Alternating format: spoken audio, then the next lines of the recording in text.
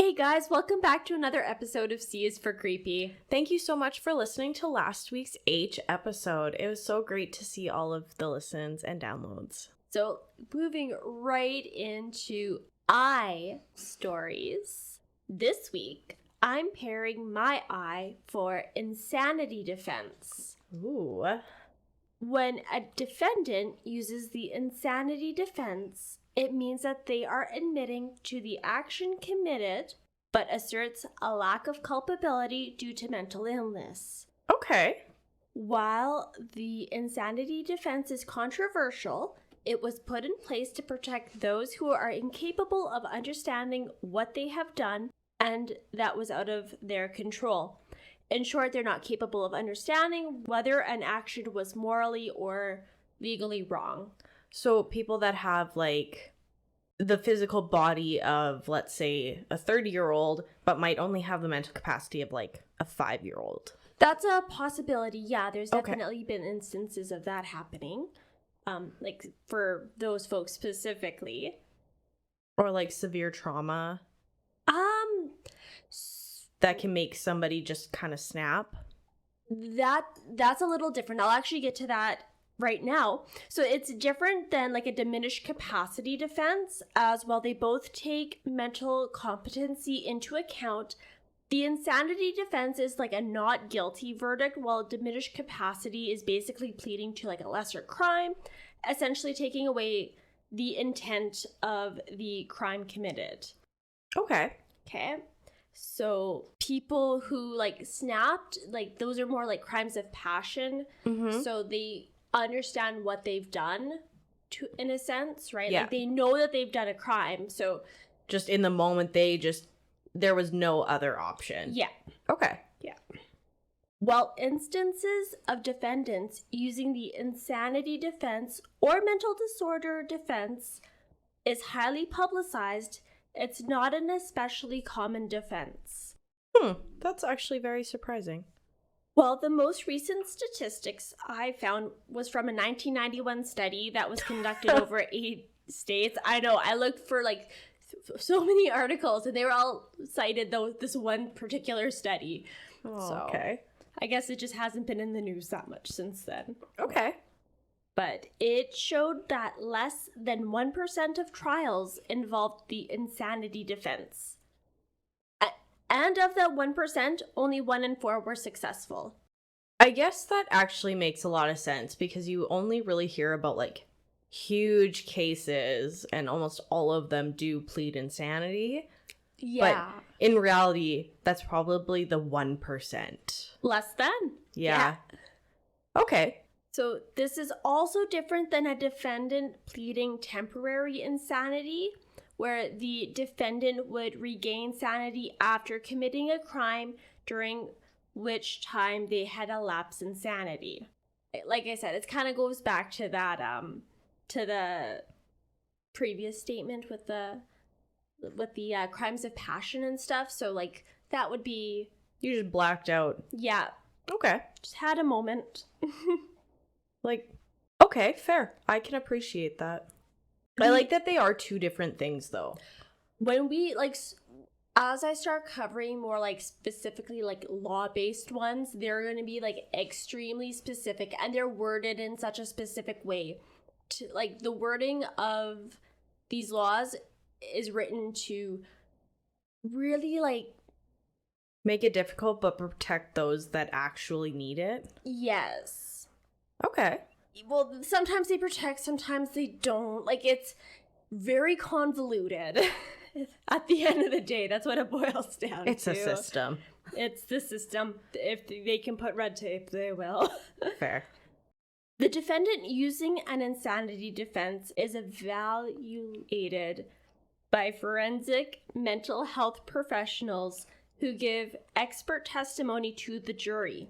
These professionals cannot give testimony to the defendant's responsibility to the crime. Mm-hmm. Oftentimes, those found not guilty by reason of insanity will end up institutionalized for a longer period of time than those who serve prison sentences for similar crimes. Okay. I'm curious the difference in care.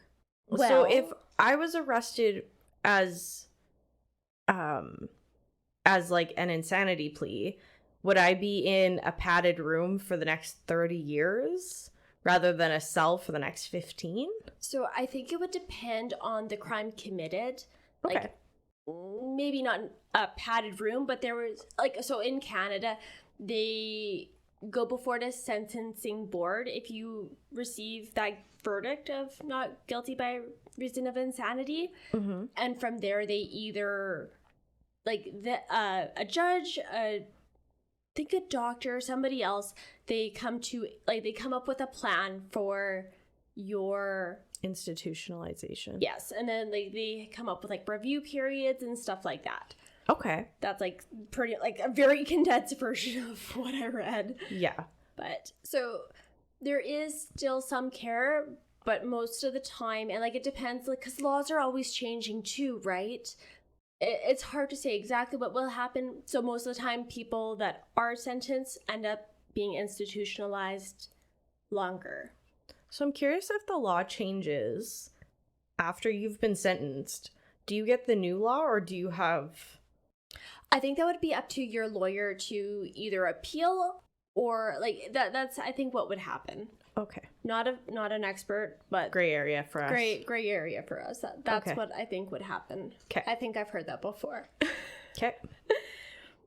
I appreciate that you came up with an answer. Thank you.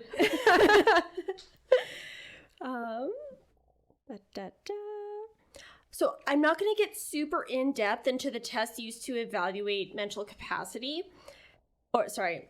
evaluate mental competency, but there is a few different ones, and depending where you live, it's usually a combination of these 4 used. Okay. So this includes the McNaughton rule, which determines if the defendant knows what they did or if they were unable to tell the difference between right and wrong due to a disease of the mind. Okay. Next is the Irresistible impulse test, which aims to show if, because of a mental illness, the defendant could not control their impulses. Next is the Durham rule, which does not use clinical diagnosis, but claims that a defendant's, quote, mental defect, unquote, resulted in a crime. Last is the Model Penal Code test for legal insanity, which according to FindLaw.com says, quote, because of a diagnosed mental defect, defendants either failed to understand the criminality of his acts or was unable to act within the confines of the law, end quote. So basically it's, was it right or wrong? Was I able to control that impulse? Like, do I have a mental instability? Like, that's what it boils down to try and determine. So all 4 tests seem gray area relatively similar. Like, they all have their differences, but it's all to test if you have the mental ability to know what you've done and is it right or wrong? Yes. Okay. Yeah. We're going to dumb this right down. Yeah. I'm sure there's a lot more to it. There is. Like, I could honestly go, like, on for pages over the specifics and, like, why these tests have their names and all that stuff and, like, some of the flaws of them. But, like I said, I just wanted to mention it because I'm covering insanity defense. Mm-hmm. Okay. But now, on to my case. Ooh, I'm so excited. Okay. I'm going to cover the Shell Lake Massacre this week. Okay. It actually took place in the Canadian province of Saskatchewan. That's not surprising. Did you ever hear it? Have you ever heard of this? I have not. Okay. But I've been to Saskatchewan. Okay. I would also like to shout out the podcast Canadian True Crime who covered this case, and they had a lot of really well researched information. Okay. They were great. So, Victor Ernest Hoffman was born the 5th of 7 children to Robert and Stella Hoffman in 1946. Stella Hoffman. Real trooper. Yeah. Yeah. Okay. I mean, I get it's 1946, but like... Guess there's probably nothing else to do. There was no Netflix or Skip the Dishes. Well, the family lived in Elyse, a rural farming village located about 98 kilometers north of Saskatoon. The Hoffmans were hardworking and they practiced mixed farming, growing grain, and raising cattle. They were also devout Lutherans, resting on Sundays, and they regularly attended church. I would love a cow. I would love a cow too. I love little baby cows. They make me so happy. Right? Like if Jeff and Joey would let us bring a cow home, I would. Mm-hmm. Especially like the curly-haired ones. Or like the long-haired ones. Yes, I have a lot of thoughts about cows. That's fair. Anyways, back to darkness. So between the amount of children the Hoffmans were raising and the amount of work they had, it's easy to understand how they didn't notice that something wasn't right with Victor right away. Well, Victor was a shy toddler, and nothing he did as a small child was like really strange. And like as he grew up, he hit all of his regular childhood marker milestones. All the developmental milestones. This changed when he was 6 years old and starting school. That is the first time he remembers seeing what he called the devil. Oh, Lord have mercy. Okay. Victor described a 6-foot-tall, pitch-black creature who was naked but genderless with a tail. So a shadow person. With a tail. Okay. I don't think like so much shadow person, like I think it had like defining features. Ew. Like I'll get into a clearer description in a bit, but ew. Okay. Yeah. Around this time, he would also start hearing a never-ending tapping sound. He recalls being woken up to the sounds of drumming steadily growing louder. Did he have Tourette's? No. Okay. No. Just, you're saying, like, the tapping sound could have been maybe, like, a tick. But okay. I'll get to it. Okay. I'll get to it. Victor found himself trapped in a war between the devil and angels. Around the age of 10 is when his paranoid delusions started to manifest into frightening impulses. Victor had developed the urge to kill. When meeting a stranger, he would want to kill them. The 10-year-old started coping with these urges by taking them out on animals. Ooh, by the way, there's going to be some animal abuse. His first victim was a cat who he found caught in a magpie trap. He threw the cat into a smokehouse and left it there for 3 weeks, but eventually he released it after feeling guilty. It was still alive? I guess so, yeah. Okay. Yep. But unfortunately, this wouldn't be the only instance of animal abuse and murder. Okay, wait. So he has a conscience? Oh, kind of. Okay. We'll get to it. There's a lot of we're getting to it. There's going to be, I'm sorry, I should have warned you guys at the beginning that my case is going to be pretty long this week. There's a lot of getting to it. There's a lot of getting to it. Sorry about better? That, guys. It gets, it's a super interesting case, but, there's a lot of his psyche and, his development that I really feel like we've got to talk about to really understand. You have to watch it unfold itself. Exactly. So it gets better. Mm-hmm. So unfortunately, this wouldn't be the only instance of animal abuse and murder, continuing to hunt cats, dogs, and other wild game. He claims to have killed 700 squirrels in the area. And he never told his parents about any of these murderous feelings or any of his other problems. Okay. It wasn't until he was in later grade 9 when Victor's principal asked the Hoffmans to come in for a meeting. They thought that he was a smart and healthy boy. They didn't think there was anything up with him. And even then, the meeting was only to discuss Victor's absence from school. Okay. Victor was helpful on the farm and could figure out mechanical issues that others couldn't. He was an excellent problem solver. He was very smart. Okay. He was intelligent. Well, most kids, especially men, were dropping out of school early in that day and age to go help on the farm. And, his principal was encouraging that he continue on to his grade 12. Mm-hmm. So, he was intelligent. Okay. His parents truly had no idea about the war raging in their son's mind at that point. While having breakfast one day, Victor heard a voice out in the yard, so left the kitchen to meet the owner of the voice. He had heard the devil, and what he saw before him was a 6.5-foot, 300-pound, pig-faced man who happened to be in the nude. Okay. The devil told Victor if he knelt before him, Victor would become very rich. Now, as one does. As a man after my own heart, Victor, being the smartass that he was, only got down on one knee. Thinking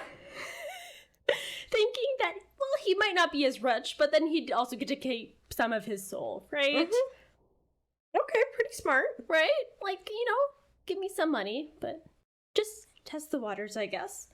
Well, when the riches did not come forth, Victor believed that it was because he did not fully submit to this devil. The pig-faced demon visited Victor many times. Between 15 and 17, Victor developed an obsession with firearms.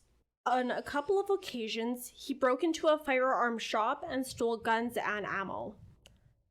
The second time he committed the theft, he was caught, and after the first night in jail, the tapping noise returned as he tried to sleep. Okay. And this noise carried on for weeks. I would go insane. Right? That was a shit-eating grin if I've ever seen one. That's so awful. I'm sorry, I'm laughing because I'm so uncomfortable. Okay.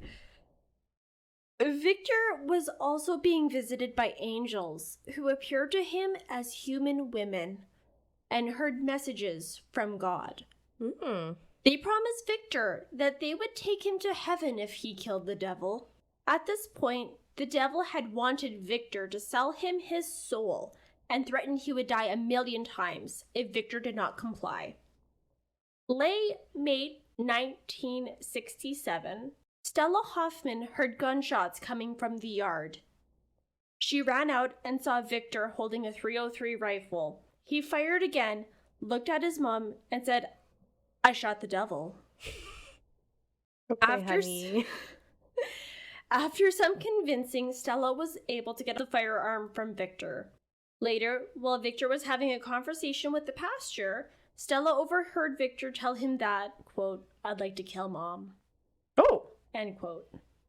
So it was at this point that the Hoffmans realized that their son needed some professional intervention. Victor was 21 years old at the time.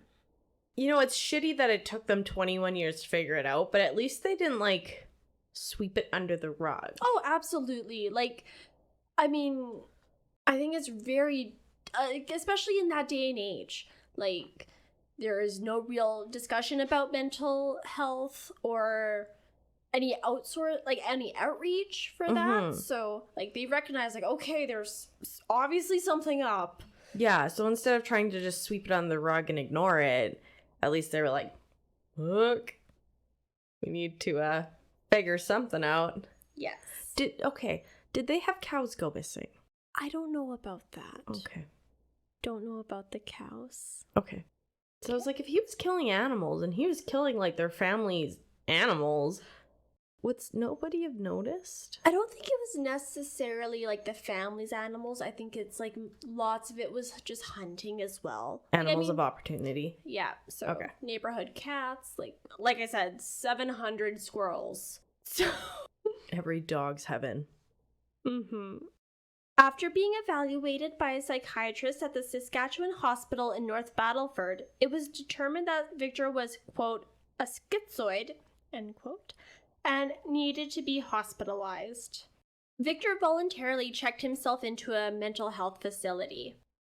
While hospitalized, it was clear that Victor was not mentally or physically well. While he was cooperative during exams, he was withdrawn and had to be prompted to talk.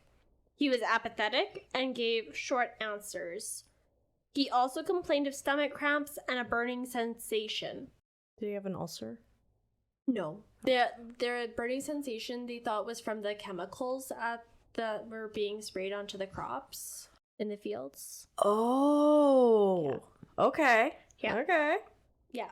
When he told hospital staff about seeing the devil, instead of explaining to him that they were like hallucinations, they just laughed at him.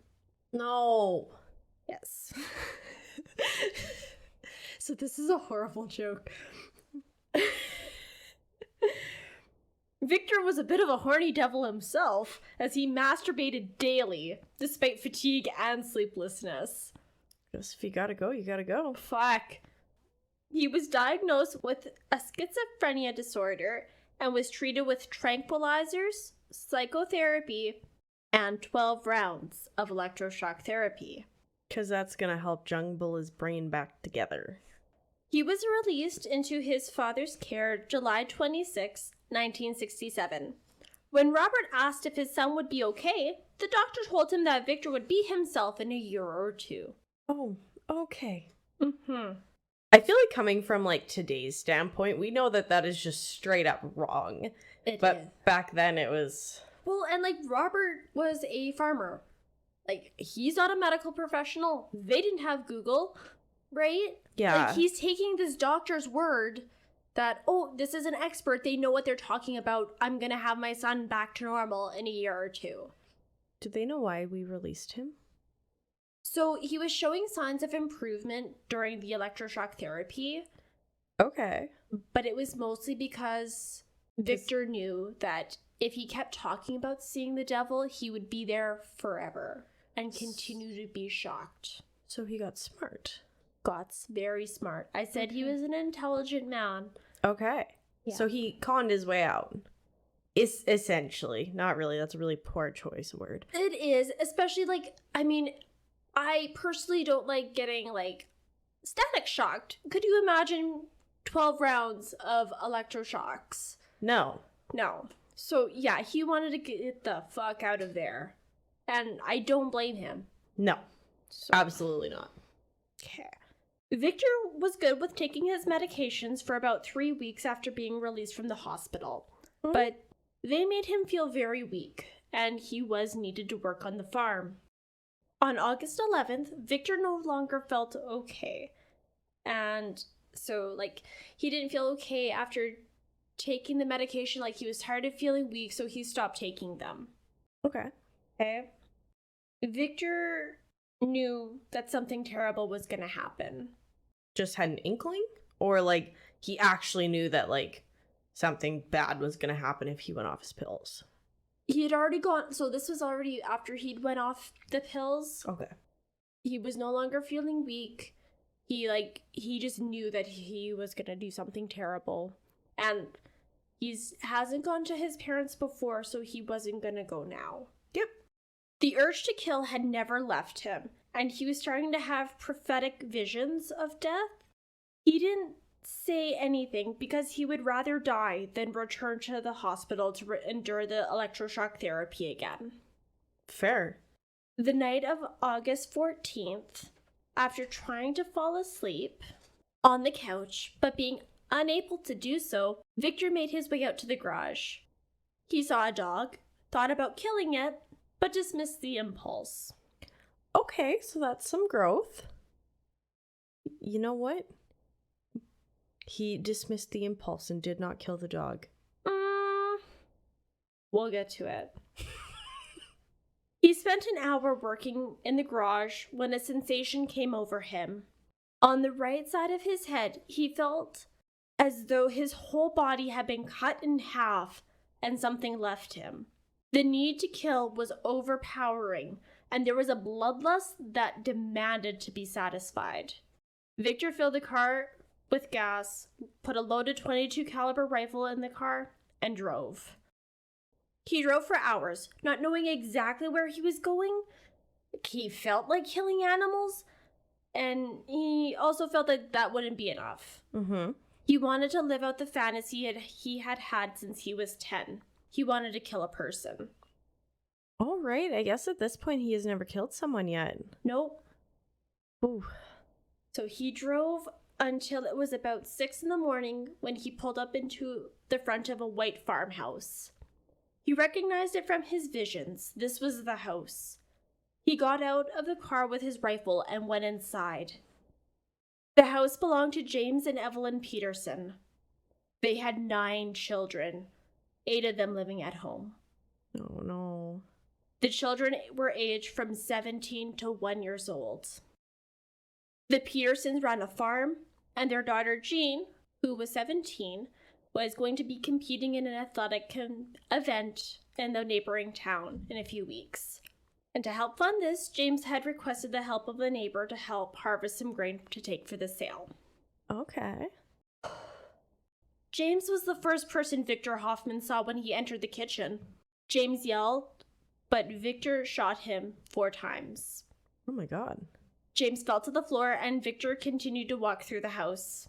The rest of the family was awake. Victor walked into the children's room, but he didn't see them as human. He said that they looked like pigs, and he had no respect for them. Oh God. He shot each of the children, reasoning that he had already committed a murder, so why stop now? Oh. I'm sorry, it gets a little worse. He heard Mrs. Peterson jump out of the window and into the yard. Victor went outside and shot her too. He came back inside, shot everybody again to ensure that they were all dead. Oh shit. In the bed, sandwiched between her now dead sisters, was 4-year-old Phyllis. It is most likely that he didn't see the girl, but he claimed that he spared her because she had the face of an angel. He heard crying outside and saw baby Larry on the ground. No. This is rough. With his mother dead, Victor reasoned that the baby probably wouldn't make it. So even though he didn't want to, he shot the infant. Oh my God. Okay.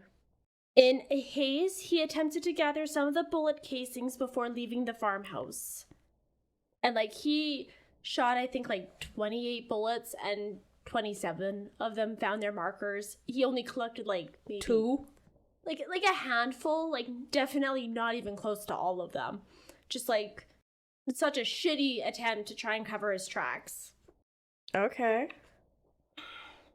The neighbor who was coming to assist the Petersons with farm work thought it was strange that nobody was out in the field at 9, but started working anyways. Oh my God. After about an hour, he made his way to the house to see what was going on. The normally busy house was eerily quiet. After seeing James' body on the kitchen floor, the neighbor left to go to town as neither of the farms had a telephone. Officers were on the scene right away. Walking around the house and taking in the amount of bloodshed was sickening. But imagine the surprise when there was movement on one of the beds and finding little Phyllis still alive. Holy shit. The officers took the child outside to a neighbor's, and the manhunt began. Soon, the world heard about the Shell Lake murders. About 4 days after the massacre, a neighbor of the Hoffmans went to the RCMP detachment and said, quote, "My neighbor's son just got out of the mental hospital, and he likes guns," end quote. This was a lead that they followed up on. After confirming that rubber boots matched the prints found at the scene, they arrested Victor Hoffman on murder charges. While combing the Hoffmans' farm and surrounding area, 2 wallets belonging to the murdered members of the Peterson family were discovered. It's always the bullets in the bushes. Don't take them. Don't put them in bushes. Jeez. I've talked a lot about Victor Hoffman and his mental instability, which clearly suggested that he would eventually harm someone. It was now up to his lawyer, G.E. Noble, to prove in a court of law that this 21-year-old man, who had just committed Canada's worst random mass murder, was not guilty by reason of insanity. Did the devil make him do it? The devil made him commit the murders? Yeah. Yeah. Okay. Considering that Noble was assigned to Hoffman's case, and while the defender had 18 years of experience, he did not have much knowledge of psychiatry. Luckily, Noble understood that if he didn't understand just how sick Hoffman was, there was no way he would be able to make a judge and jury understand that. After reviewing hospital records, like from his time in the mental institution, it was clear that Hoffman was very sick when the incident occurred, but further testing would be needed to prove Hoffman's mental status. Hi, Zeus. I know this is disturbing. This doctor from Saskatoon tested and interviewed Hoffman over 2 days. The doctor reported that Hoffman did not feel guilty, as he was only doing the devil's bidding. In fact, he felt more guilt for the thefts he had committed in prior years than the massacre he just committed. Yikes. Hoffman was found to be a paranoid schizophrenic, but was also found fit to stand trial, as he understood the charges before him, and also what was going on around him, and he could also instruct counsel. Therefore, his trial began January 8th, 1968, on 2 counts of non-capital murder. Okay. So capital murder charges were, like, at the time it was meant that they got this written down. Meant that they were guilty of, or meant that they were charges of killing on-duty police officers or prison guards, and non-capital murders pretty much means everybody else. Okay. Yeah, I could see the look in your eye. I was gonna ask, and I'm like, if she didn't write it down. No, I knew that one was coming. Okay. Okay, so there was testimony from Hoffman's mother about his behavior. And, like, the lawyer had said, you know, it was so nice, like, here she is, like, a nice woman, just sitting there in her pretty blue dress, being like, this is my son. Mm-hmm. This is how he was behaving. Like, I don't know what else to tell you. Yeah. Right? There was also a very long discussion with Dr. Hoffer about what schizophrenia is, along with how Victor's perception regarding his crimes was. Mm-hmm. See, it was clear that while Hoffman may have known what he was doing, he knew legally it was wrong to commit a murder, showed by, like, the clumsy attempts to collect the bullet's casings, he did not feel as if it was morally wrong. Okay, because he was doing the devil's work. Right? He was being instructed by a higher power. So while the Crown brought more than enough evidence forward to prove Hoffman had committed the murders, there was absolutely no motive that could be brought forth. Okay. The jury took 3.5 hours to deliberate, and they eventually reached the not guilty by reason of insanity verdict.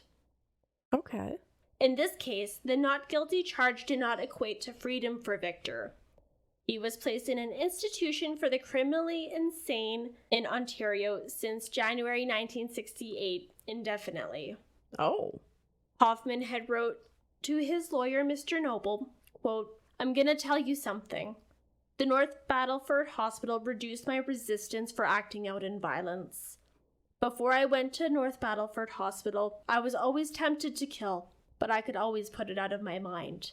End quote. Holy shit. Right. Victor Ernest Hoffman died of cancer while in custody May 21st, 2004, at 56 years old. And that is the story of the Shell Lake Massacre and Victor Ernest Hoffman. Holy shit.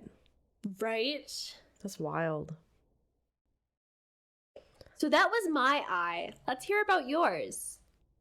It's kind of hard to top that. So my eye, we're going to Ireland. Ooh, fun. Yeah, so we're doing Kilkenny, Ireland. Nice. Kilkenny is situated on the River Nore in a medieval town in southern East Ireland. Kilkenny, often referred to as the Marble City due to its black marble quarries, began with an early 6th century religious foundation. This relates to a church built in honor of St. Candace, now St. Candace's Cathedral. It was a major center from at least the 8th century, and there was some prehistoric activity that has been recorded suggesting intermittent settlement activity in the area during the Mesolithic and Bronze Age. Nice. The 2nd century. Kilkenny only became a real significance in the 12th century when it was established as the capital of the Norm colony in Ireland. There's a whole thing about, like, all the colonies and invasions they had. Mm-hmm. I did not get into it. That is totally okay. So if we're referring to, like, the Norman colony, I have no other notes. Okay. Sounds good. Following the Norman invasion of Ireland, as I'm telling you, I have no other notes, Richard Strongbow, a lord of Leinster, built the first castle from wood at a major crossing point on the Nore in 1173, near the modern-day Kilkenny Castle. William Marshall, Strongbow's son-in-law, began the development of the town of Kilkenny and a series of walls to protect the citizens in Kilkenny. In early Norman times, up to the late 12th century, Kilkenny was the capital of the colony in Ireland. Cool. So by the late 13th century, Kilkenny was Norman Irish control. The Norman presence in the town is still very evident. The original church at St. Candace's Cathedral became known as Irish Town, and the Anglo-Norman area inside the wall became known as Hightown. So, some important places in Kilkenny's history. The Kilkenny Castle. Okay. Strongbow's son-in-law, William Marshall, a prominent earl with large estates, constructed Kilkenny Castle in 1195. It was completed in 1213. The ditch surrounding the castle can be seen today. The castle was a square shape with towers at each corner. 3 of the original 4 towers are still standing to this very day. Wow. The castle became the estate to a powerful family, the Butlers of Ormonde, in 1391. I love these names so much. The Butler family arrived in Ireland with the Norman invasion and held onto the property for over 500 years. Wow, that's impressive. Yeah, but then they pretty much gave up the property, like the family did, and the property was transferred to the people of Kilkenny in 1967 for a whopping £50. Fuck yeah, powers to the people. Yeah. Gonna get their castles back. The castle and grounds are now managed by the Office of Public Works. The gardens and parkland adjoining the castle are open to the public. Awesome. Yeah, so if we ever go to Ireland. Hell yeah. And then the second big one is St. Candace's Cathedral and Tower. Kilkenny's pre-Norman history still towers above the city in the form of the 9th century St. Candace's Christian Round Tower. That's a mouthful. Guests can climb up the inside of the tower for fantastic panorama views of Kilkenny City and the surrounding countryside. Nice. The 13th century cathedral, whose name is derived from St. Candace, the saint whom the town is named after, is built of limestone in an early Gothic style, which is like my favorite style. Many parts of the cathedral have been restored to the original specifications, with many historically significant monuments still residing within the cathedral. Nice. Yeah.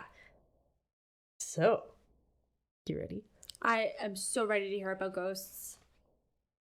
We're not there yet, but yes. Oh, okay. Okay. In the late Middle Ages, 1320, the first recorded instance of a person being charged with witchcraft in Ireland was Dame Alice Kytellar. Oh, cool. The only child of an established Hiberno-Norman family in Kilkenny, the trial of Alice, her son, and 10 others for heresy. For heretics? Heresy. Okay. Like, not conforming to the norm. Was one of the earliest witchcraft accusations in Europe. It was the first known trial to treat women practicing witchcraft as an organized group. While those accused of witchcraft were not tortured and executed on a large scale until the 15th century, in Kilkenny, those convicted were whipped, and Petronilla Demeath, Alice's maidservant, was burned alive at the stake. Ooh. She was the first case in Ireland's history of death by fire for the crime of heresy. Wow. Uh-oh. That's, poor lady. Right? Solid start. Oh. So, the Hiberno-Norman Kilkenny presence in Kilkenny was deeply shaken by the Black Death, which arrived in Kilkenny in 1348. Because most of English and Norman inhabitants of Kilkenny lived in towns and villages, the plague hit them far harder than it did the native Irish, who lived in more dispersed rural settlements. In my personal opinion, shouldn't be burning witches. Sure, this came from them. Yeah. Lord knows I'd do it. So then in 1904, King Edward VII. The second? There's only two? VII. Oh, Lord. Seventh. Okay. King Edward VII of the United Kingdom of Great Britain and Ireland and his wife Queen Alexandra visited Kilkenny. Okay. So, Ireland's medieval capital, Kilkenny, is home to numerous narrow and dimly lit cobbled streets. Oh, that's such an image. And most notable haunted spots, including Schankel Castle, Kytellar's Inn, and St. Mary's Church. Oh. Setting the scene. Now we're on to your favorite part. Yay! We always have to do a little bit of backstory. For sure. Gotta set the scene. Yeah. So, Kilkenny has been named one of the most haunted places in Europe by a travel magazine. A storied past filled with tragic events that left behind spirits that visitors still witness today. A 1763 tragedy when 16 people drowned in the river after a bridge collapsed during a flood. Oh no. Wait, why are you crossing the bridge during a flood?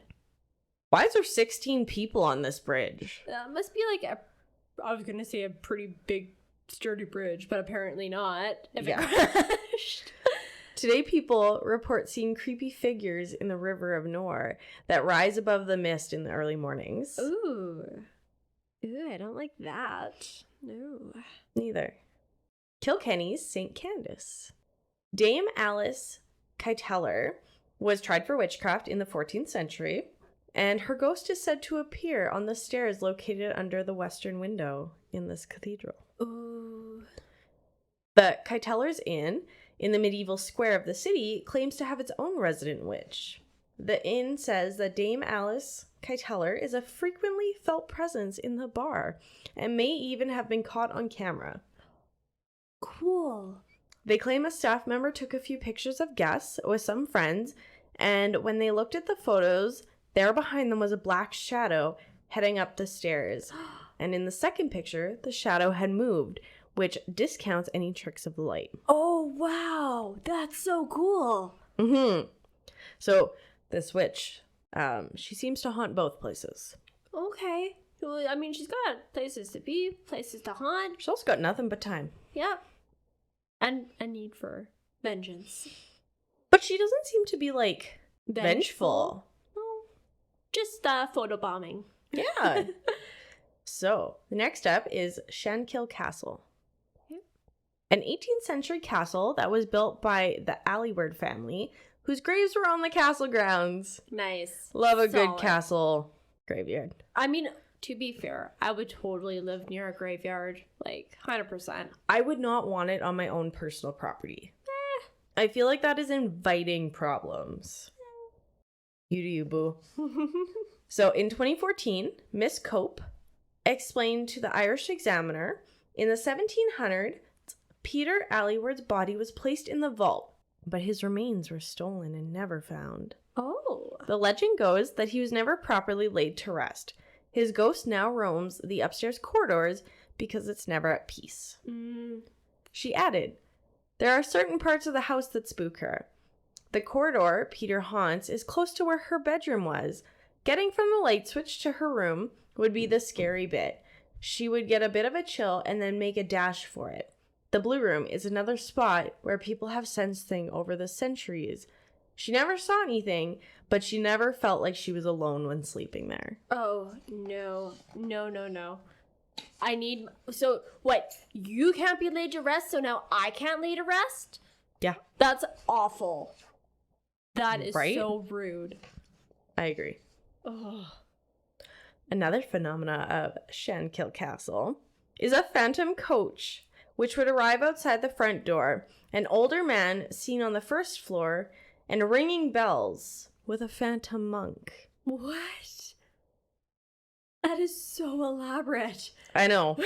I love it so much. Yeah.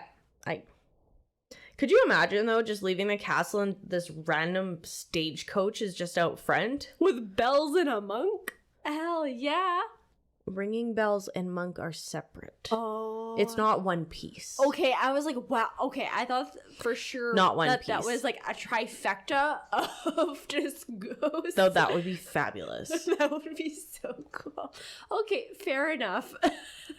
Unfortunately not. So our next place we're going is the Kilkenny Castle. Okay. It was built in 1195, and it is now maintained by the Irish state, and some of the rooms are open to the public. Owned by the Butler family for hundreds of years, this castle is reportedly home to as many as 41 ghostly inhabitants. 41? 41. Locals tell stories of a ghostly woman who roams the corridors and wanders lost and lonely through the castle gardens. Aww. She is known as the White Lady, but many think this is the spirit of late Lady Margaret Butler, who was born in the castle in the mid-15th century. Some visitors to the castle believe they've even caught her on camera. An electronic visitor counter has reportedly continued to count visitors long after the castle gates close and have been secured for the night. Oh no. That part of the castle is sited over the former dungeon where countless souls would have been incarcerated. So, fun fact, this castle I was trying to find like pictures of ghosts and ghost stories and like all of that kind of stuff. And you actually aren't allowed to take videos or photos in the castle. Oh, really? And there was one story. I didn't write it down just because like it didn't have enough substance to it. Yeah. But there was a story about this mom and daughter who were in the castle just trying to sneakily take a photo of this mom was sneakily trying to take a photo of her daughter in the castle. For the gram. And there was like figures behind her in this photo. Oh. And they didn't notice it at the time because they had like quickly put their phone away. Yeah. And then when they were later going through it, they seen these figures behind her and they were like freaked right out. Yeah, that's really freaky. Right? Yeah. So, next one is Kilkenny's. Oh man, why did I not put a how to? I'm sorry. Folksrath Castle in Jenkinstown. Bowelcraths? I tried. Spirits including that of a female locked forever in one of the towers where she watches people from the window. Many people have the feeling of being watched when they're around the tower. Another ghostly woman who wanders the castle leaving a scent of wildflowers in her wake. Oh, that's so nice. And the ghost of a former guard. A guard at the castle once fell asleep while on duty and was thrown from the battlements by his superior officer as punishment. Once a year in November, his footsteps are heard as he walks around to make amends for his inappropriate actions. That's so sad. Oh my gosh. Right? Oh man. So then another one is Kilkenny, an area around St. John's Parochial Hall. In May 1969, moving around on crutches, the ghost of a tall, lean woman with flowers in her hair and a long coat have been reported around the St. John Parochial Hall. She's on crutches? Yep. Oh. That... Okay, if I were to, like, break my leg and then die, I would be very, very annoyed if I had to have crutches in the afterlife. I agree. So, next is Kilkenny Deanery. The old servant bells are said to ring themselves in early hours of the morning. Aww. Wait, the servant bells? Yes. Oh no! That would be very annoying. Yeah. And, like, could you imagine if they're just ringing themselves? No. I would shit my pants. Mm-mm. Kilkenny's Watergate Theatre. The caretaker of the theatre said in the local media that they hear footsteps and voices in areas which were empty, and that the ghosts would stand in entryways. Oh, no. Get out. So, like, this whole city is just haunted as fuck. Super duper haunted. Yeah. Wow, it's like you go to the next building, there's a ghost, next building, like... Right? There's This whole all place. Over. It's all over the place.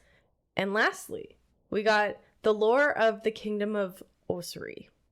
Okay. Osari was a sub-kingdom, most of which was in country Kilkenny sometime before 1100. Okay. It was said that men from this kingdom could transform into wolves whenever they pleased. Ugh. However, while in wolf form, their human bodies would be left at home. If moved, that person would be trapped as a wolf for the rest of their life. Wow. That was just a fun little piece I found. That is so interesting, though. Like, just that idea. Like, you get to leave your human body behind to go run around and be a wolf. Story after my own heart. I, like, really enjoy that. If I could just, like, leave my body to go rest. Like, I just don't want to be a human right now. Mm-hmm. That's cool. Yeah. And so some of the websites that I used were historyhit.com, heritageireland.com, Wikipedia, of course, hobanhotelkilkenny.com, irishexaminer.com, spiritedisle.com, irishpost.com, and paranormaldatabase.com. Nice. Yeah. Like, there was so much, and it was all really good and really interesting to read. Mm-hmm. Kind of makes me want to go to Ireland. Definitely. Oh, I've wanted to go to Ireland for so long anyways, but a ghost tours would definitely be the cherry on top. I agree. Yes. Okay. Well, thank you guys so much for listening to our I episode. Yes, you'll have to join us next week as we cover J stories. And then the last Friday of the month is coming up, which means our second nocturnal novella is coming out. Yes, please tune in to hear that. That's our chance to read some fun stories. Mine are actually super fun, but not fun. Oh, okay. Well, mine are fun adjacent.